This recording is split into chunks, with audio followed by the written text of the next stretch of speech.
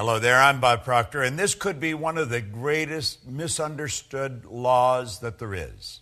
It's the law of sacrifice.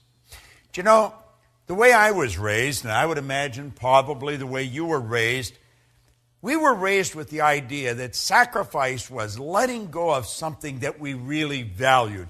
And it was sort of losing something that we valued. And there was some people that made great sacrifices, and they were considered very special. But the average person just never made those great sacrifices. Well, sacrifice it's a law that will bring nothing but good into your life. If we understand it, but we've got to understand it, and most people don't understand. Sacrifice is giving up something of a lower nature to receive something of a higher nature. I talked in one of the other laws about the last chapter in the Born Rich series, and it was on the vacuum law of prosperity. Well, sacrifice has to do with the vacuum law of prosperity. You move something out to make room for the good that you desire. Sacrifice is giving up something of a lower nature to receive something of a higher nature. And you have to give up the thing of a lower nature before you can receive the thing of a higher nature. So you see, sacrifice is based on a very good understanding of faith as well. Faith based on understanding. This is tricky. This isn't something that's just going to happen like that. Now I want you to think of this for a moment. I want you to imagine that you've gone to a great concert. And you are marveled at the performance that you see. Or go to a great stage play and you see acting that is impeccable. Or watch a great award-winning movie and you'll see acting and you'll think, wow. Or you may watch somebody like Tiger Woods. Watch the great athletes. Some great soccer player, a great golfer, a great ball player. Watch the Olympics and you see those swimmers or those athletes, and you think, wow, how does that happen? Well, it doesn't just happen. As this author said, granted, they may be exceptionally gifted, but those final magical results come not by chance or accident, but they come from discipline. Discipline that is consciously chosen, ardently desired, and patiently persisted in. Let me repeat that. Discipline that is consciously chosen, ardently desired, and patiently persisted in. I have often said that discipline is the ability to give ourselves a command and follow it. I will master this. I remember one time reading an article in an airline magazine, and Walter Cronkite was being interviewed. And he was asked in the magazine, in the interview, how did these astronauts develop the courage to get into those space capsules? He said, it didn't take any courage for them to get into the space capsule. And as I read that, and I thought it's easy for him to say, he's sitting behind a microphone announcing it, he didn't get in the space capsule. But as I kept reading, I realized he was right. He said, what took the courage was the sacrifices they made, the study, the hundreds of hours of study, the repetition in the simulators. He said, that's what took the courage to prepare them to get in the capsule. It took discipline. It took discipline. How did Halliwell call it? He said, discipline that's consciously chosen, ardently desired, and patiently persisted in.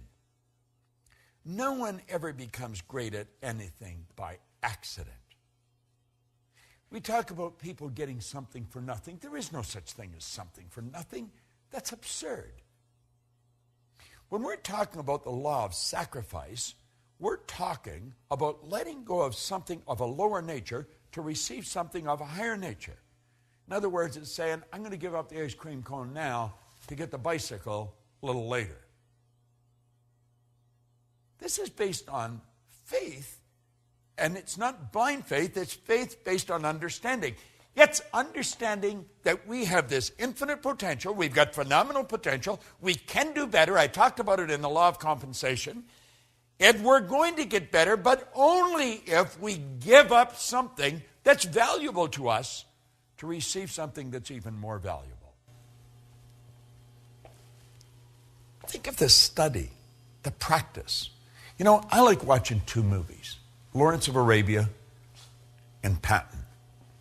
General Patton, great American general in World War II, who also thought that he was a general in Napoleon's army, believed very much in reincarnation.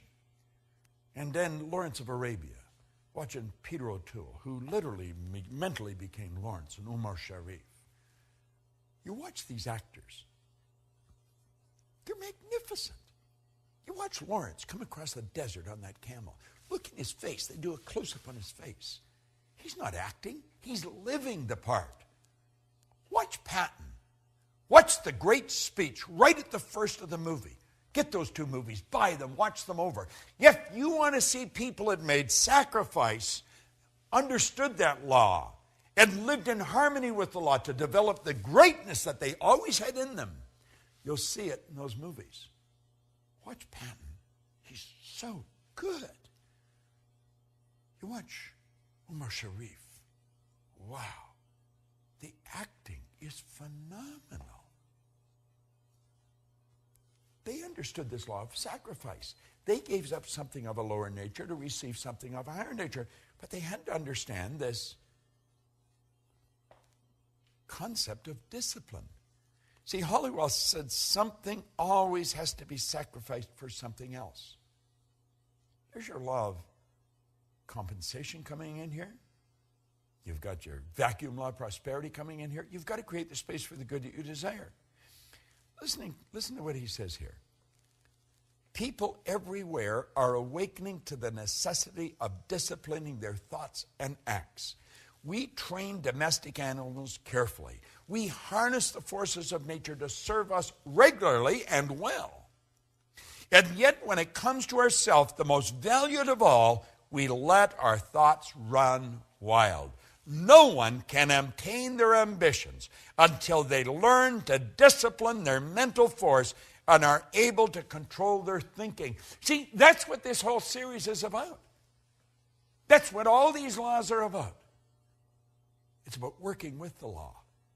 It's about bringing our mind into harmony with the law. It's about letting go of things of a lower nature so we can receive things of a higher nature. This doesn't happen by accident. The greatest marketers in the world, they spent years studying what they're doing. The greatest athletes, they spent years perfecting their skills. There's no free lunch. You're not going to get anything for nothing. You're going to have to make sacrifices. You're going to have to give up something of a lower nature to receive something of a higher nature. This whole universe operates by law.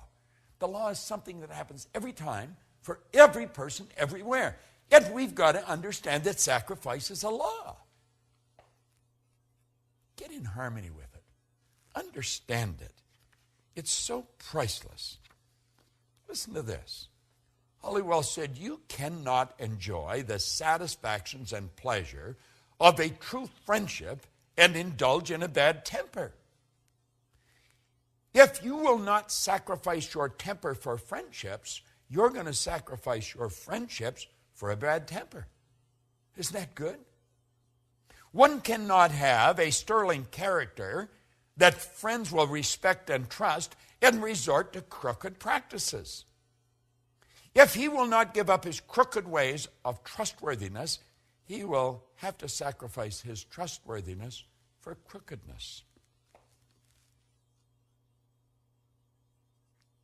You don't even have to think too deep on this to realize it's true. But I'll tell you something you will have to do. You'll have to work at it every day to make it a habitual part of your life, to make it a part of your paradigm. You see, most of the things we do are controlled by paradigms, habits. Paradigm's nothing but a multitude of habits. And if we're going to change our life, we're going to have to change our paradigm. We're going to have to sacrifice the habit of a lower nature for one of a higher nature. So you see, as you study into this, you're going to realize just how important discipline is. And I want to leave you with just an absolutely beautiful concept. You've got to discipline yourself. It's discipline that is consciously chosen. You've got to choose it. Someone else can't give it to you. This is done from within. It's discipline that's consciously chosen, ardently desired. You've got to really want it. Man, I so want to be better at what I'm doing. And patiently persisted in. Patient persistence. Seems like an oxymoron, isn't it? It's not. Patient persistence. Just steadily focused where you're going. You've got it. You've got all the talent and ability. You've got it inside. But if you're not prepared to sacrifice what you've got, you're never going to get anything better. And understand this. It's create or disintegrate. If it doesn't get better, it's going to get worse. You've got to discipline yourself. And you've got to live in harmony with this law of sacrifice. You'll be so glad you did. Working in harmony with the laws. It's such a winning concept. I've proved it in my life. My friends all have in their life. That's why they're my friends. We work in harmony with the law. We're not perfect. We're working at it. Every day. I want you to work at it every day. This is Bob Proctor. Thank you.